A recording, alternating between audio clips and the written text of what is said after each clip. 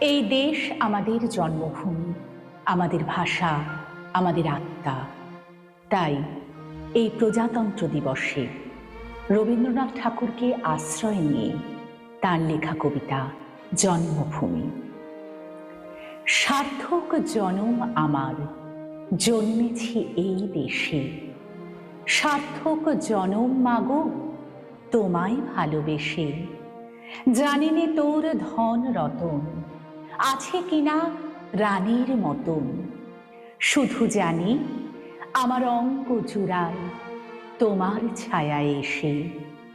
কোন বনেতে জানিনে ফুল গন্ধে এমন করে আকুল, কোন গগনে ওঠে রে চাঁদ এমন হাসি হেসে।